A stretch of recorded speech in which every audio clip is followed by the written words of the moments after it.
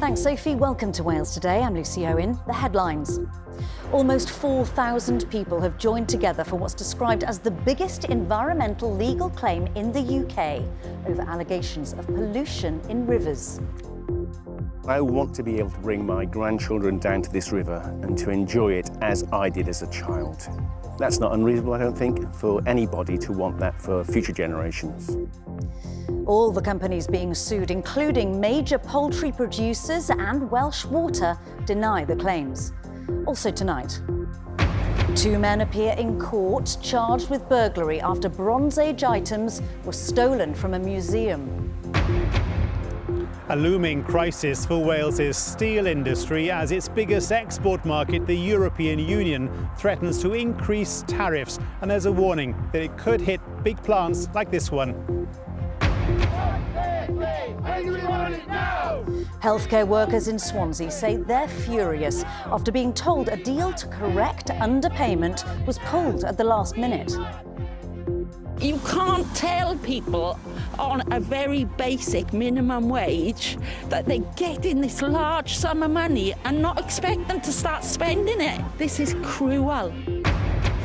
And we meet Chris Griffiths, one of the Wales fans living with dementia, who'll walk out alongside players at Wembley when they face England tomorrow.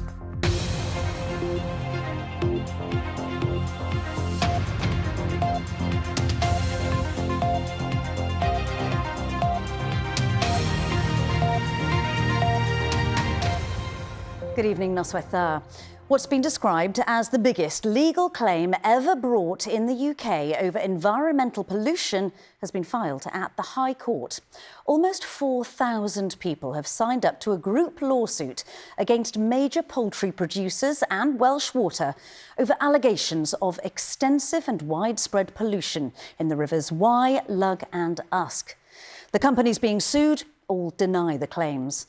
Our environment correspondent Stefan Messenger has more. Keen angler Kim Waters has long campaigned for action to clean up his local rivers, the Wye and Usk. Now he's one of thousands of residents joining forces to take companies they claim have polluted these waterways to court. I'm a grandfather now, and I want to be able to bring my grandchildren down to this river and to enjoy it as I did as a child. That's not unreasonable, I don't think, for anybody to want that for future generations. The legal action also covers the River Lugg, flowing predominantly through Herefordshire. It's the largest group lawsuit of its kind in the UK over environmental pollution, say the solicitors representing almost 4,000 people who've signed up. So we have businesses who rely on the river, such as kayaking businesses who have suffered a decline in their revenues because people don't want to kayak as often anymore. We also have property owners who've suffered a reduction in the value of their homes due to the pollution. Dog walkers who don't want to take their dogs for walks because a lot of their dogs have got sick often. Wild swimmers. It's a really wide range of people across the catchment and wider who've been impacted. We will request that the court orders the defendants to clean up the alleged pollution. Secondly, our clients are also seeking compensation. The companies being sued include one of the UK's largest poultry producers, Avara Foods, and its subsidiary, Freemans of Newent. Around 23 million chickens are raised in the Wye catchment alone, a quarter of the UK's total production. The claimants allege that their manure, spread on the land as fertiliser, has been getting into the river. Also named as a defendant in the case, Welsh Water. Sewage spills, it's claimed, another contributing factor to the declining state of these rivers. It's a very serious situation. The trajectory is getting worse. From an Usk perspective, where we once had, back in the 60s and 70s, 3,000 salmon caught, this year it'll be less than 40. Getting these companies to pay attention to their impact on the river is fundamental. Avara Foods said it believed the legal claim was based on a misunderstanding over the handling of chicken manure. No manure is stored or spread on poultry farms that supply the firm, it said.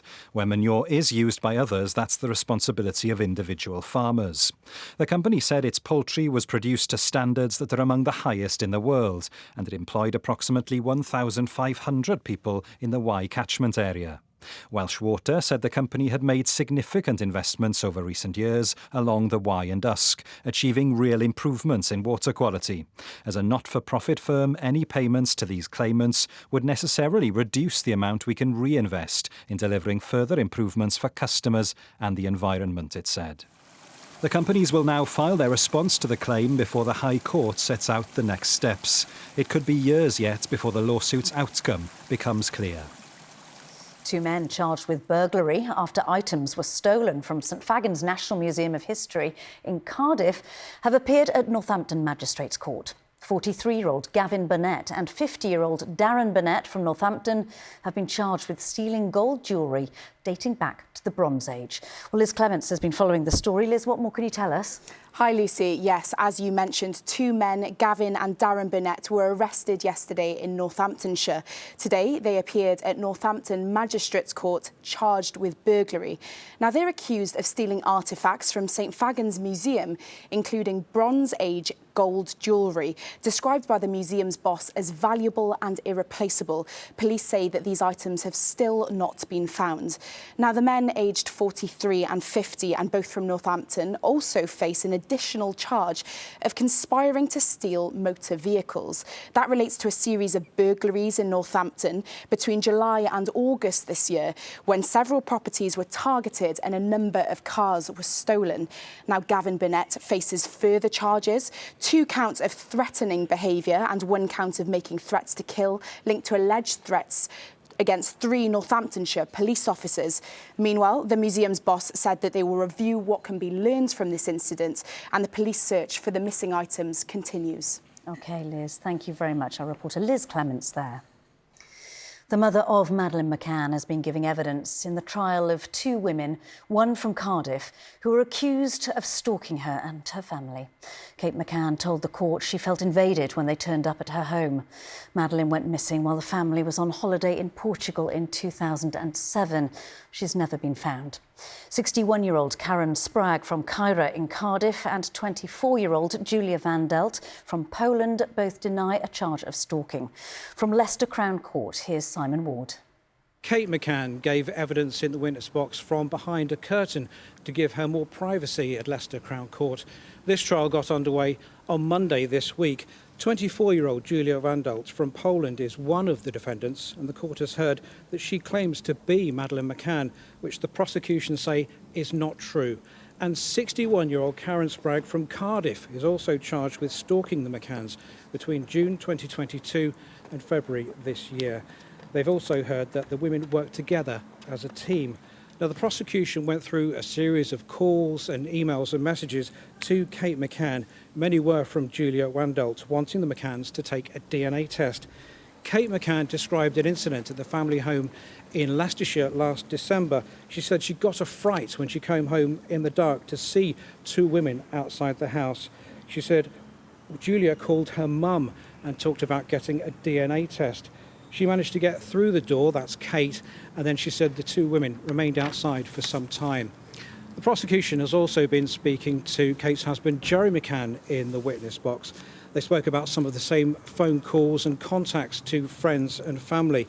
He also spoke about the family incident last December at their home. He came home soon after Kate McCann and found the women outside the house. The court heard a recording of that exchange. Jerry McCann was heard saying, "You're not Madeleine. Please don't hassle us." He went inside the house and the women left some time after. Now, Michael Duck KC for the prosecution asked Mr McCann about those claims by Julia Van Delt. He was emotional in the court this afternoon and said, "When some people claim to be your daughter, it pulls at your heartstrings. There's no evidence that Madeleine is dead. There's still a glimmer of hope," he said. He said it's detrimental to any investigation. Both the defendants deny the charges and the trial continues. Simon Ward, BBC Wales Today at Leicester Crown Court. Proposals by the European Union to increase import taxes have the potential to be one of the most serious crises to hit the UK steel industry.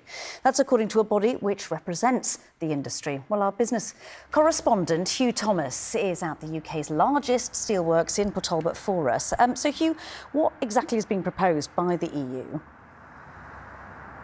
Well, Lucy, when steel products leave Port Talbot for the European Union at the moment, well, some of that is allowed into the EU tariff-free, and once that quota is exceeded, you start paying tariffs of 25%. What the European Union is proposing is that that tariff-free quota is reduced and that the tariffs that are then paid are doubled. Now, UK Steel, which represents steel workers, steel makers, including Tata Steel here, well, they say it's existential for the industry in the UK. It's not just small tweaks to the costs involved in exporting. It makes the UK steel industry uneconomic as a prospect. Now, they want government to start talks with Brussels to try and carve out a deal for the UK in all of this. It's also what the steel unions are pushing for. Here's what Alistair McDermott from Community said about the prospects and about what he hopes will happen next. We have to get a deal, no question about it. And the EU has suggested that their proposals are a starting point.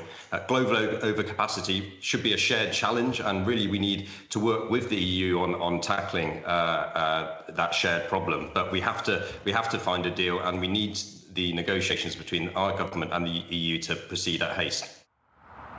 In reaction from the industry and from politicians.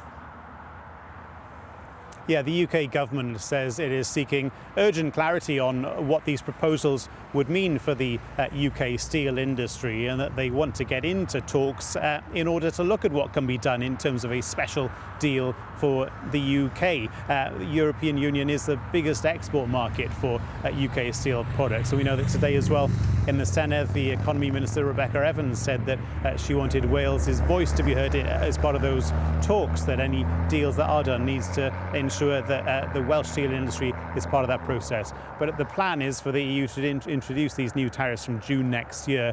They're hoping that some of these plans can be softened at least, so the impact isn't quite as hard as it seems to be today. Our business correspondent Hugh Thomas, thank you very much. A man from Monmouthshire who subjected his former partner to 7 years of violence, including imprisoning her in a caravan and trying to drown her at their remote smallholding, has been warned by a judge he faces a substantial prison sentence after being found guilty of offences including coercive and controlling behaviour and unlawful wounding. Colette Hume reports from Cardiff Crown Court. Antonio Villafane singing a love song he wrote for his partner Sally Ann Norman, the woman he beat with walking sticks and an iron fire poker, the woman he tried to strangle and drown. Villafane and Sally Ann met in 2015. He documented their lives on social media. Their dream was to live a simple existence in nature without electricity or running water. Sally Ann used money from a divorce settlement to buy land in the Wye Valley. To Villafane's followers, their lives together looked idyllic. But for Sally, the reality was very different. Their off-grid lifestyle meant it was easy for Villafane to isolate Sally Ann Norman from her family and her friends, and she was subjected to violence on an almost daily basis. She told police that he would imprison her in a caravan on the land and leave her there for hours on end without food and water. On another occasion, she said he marched her out into the cold and the dark and told her to take her clothes off and stand in that cold and dark and pray for forgiveness. He'd also punch her in the face and then force her to wear an Islamic face veil to hide the bruises. The court was told she endured 7 years of violence before she finally escaped. A huge manhunt was launched to find Villafane. People were warned not to approach him. I think that Sally's just mostly relieved. She still lives in fear of Mr. Villafane, so I think she's relieved that he won't be out in the community and he's not able to hurt her. Villafane stood silently with his head bowed as the jury foreman delivered the guilty verdicts. The judge told him to expect a substantial prison sentence.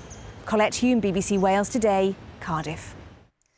Healthcare support workers employed at Swansea Bay University Health Board say they're furious after being told a deal to correct years of underpayment was pulled at the last minute.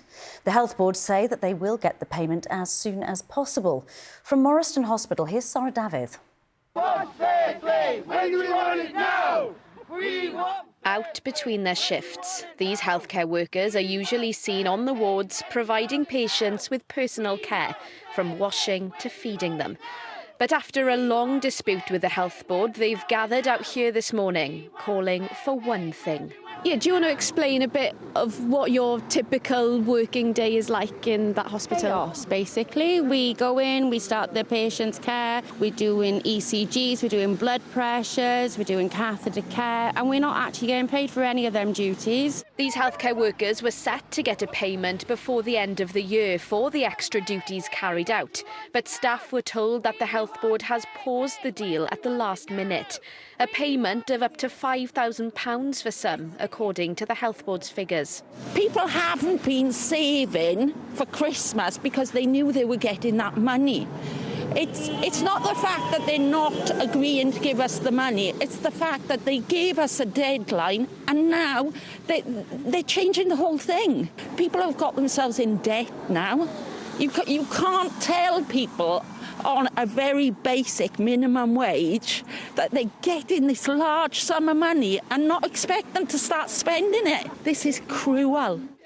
Swansea Bay University Health Board say that the deal hasn't been scrapped but delayed, and workers will get what they're owed as soon as possible. But many union members say that doesn't reassure them and are now considering industrial action. They voted to strike last time and they were going to go out on strike. It was only because Swansea Bay came with them to this proposal did they pull. They're at a position now. What can they do? The Health Board say that they would be disappointed if staff members decided to strike. But with rising bills and Christmas around the corner, many here feel that it's the only option. Now, on the final day of the Conservative Party conference in Manchester, leader Kemi Badenoch used her keynote speech to announce she would scrap stamp duty in England. Within an hour, the Welsh Tories confirmed they would also scrap the Welsh equivalent as well, the land transaction tax, if they ran a future Welsh government. Our political editor Gareth Lewis has the details. Kemi Badenoch has asked her party for time to turn things round. Her colleagues in Wales don't really have it, with the Senedd election just 7 months away. The fear of electoral irrelevance has been stalking the Conservatives through a less bustling than normal conference. But with that clock ticking, there was not a single mention of next May's election during her speech. The focus was longer-term security for borders and the economy under a UK Tory government and scrapping some taxes, including plans for inheritance tax that have worried Welsh farmers. We will scrap their tax on family farms. Andrew, we will scrap their tax on family businesses. She also guaranteed a headline with a big tax pledge for England. The next Conservative government will abolish stamp duty on your home. Stamp duty is called land transaction tax in Wales and is controlled by the Welsh government. The Welsh Tories say they will scrap the tax too. A lot of people simply cannot get onto the housing ladder, and when you're on the housing ladder, it's difficult to move up or down it. So this will really help to get our economy moving. Stamp duty is a pernicious tax. It's against people's aspirations to own their own home, and that's why we will scrap it. Earlier, the Shadow Welsh Secretary had told conference that next May's election was the fight of our lives. So would a mention of that fight from her boss have helped? She didn't mention, particularly other elections, mayoralties or other things. This is about setting out the renewal and the stall for the wider country. We have been working with Darren and at the Welsh reception with Darren and all of us. In fact, the feedback, the best regional reception was the Welsh reception, which I'm very proud of, because we are a team. The big question for Welsh Conservatives revolves around that election. Can they turn round dismal polling in the next 7 months? We've seen some that are suggesting 8 seats, which is quite shocking, quite dangerous. Realistic? I mean, we're still a long way out, aren't we, Gareth? So I think, we'll have to just kind of wait and see how that goes. But I think if there's not a lot of shift in the polling and the movement, we probably will be looking at that assessment. Under the relentless gaze of the old railway station clock, the Conservatives have been setting out policies. In Wales, that includes knocking a penny off the basic rate of income tax, declaring an emergency in the NHS and scrapping the Nation of Sanctuary scheme, which helps asylum seekers and refugees. But the Tories know that time is against them and not that many people appear to be listening. Gareth Lewis, BBC Wales Today in Manchester. Now, the new series of the BBC's Crash Detectives returns tonight, and a senior police officer says she hopes that allowing TV cameras to follow investigations into serious collisions will help make the roads safer. Series producer Jenny Casterton has more. Tango 01 just shut now, so the helicopter can land. Heli-met on the ground. A pedestrian's been struck in the coned-off area of this dual carriageway. The car has failed to stop. Just one of the cases that's been followed for the latest series of Crash Detectives. The Evo wouldn't have come to anybody else first. It's hit him. He couldn't tell you which way it went. It was just travelling at speed. In tonight's opening episode, a road worker is seriously injured, and the race is on to track down the car and driver responsible. That's the near side door mirror. I think the series absolutely encapsulates how detailed those investigations become. It's a real testament to the hard work of our crash detectives or our forensic investigation unit. Their jobs are hard enough when they go out to deal with a scene and deal with the intricacies of the investigation. As you can see, it's the motorcycle has actually collided with the pillar and gate and the extended stone wall. But to have somebody filming for this series as well as an extra pressure, I think is a testament to their professionalism. I think what comes through as well is the compassion from our staff for the victims and the victims' family. Plan is we'll start at point of impact and work our way back. Okay. It's not all about prosecuting offenders. It's about getting to the truth, and how they do that is sometimes very scientific, very forensic. Getting the lighting exactly right is really key, particularly when we're looking at people's viewpoints, so that we're producing something that's representative of what happened prior to the collision. But there's clear motivation for wanting these stories to be told. And there's good. If we save just one life as a result of the public watching this series, then our work is done. I just want people to be safer on the roads, and if this series does that and impacts on them that much, then we've achieved what we've set out to do. Right, done.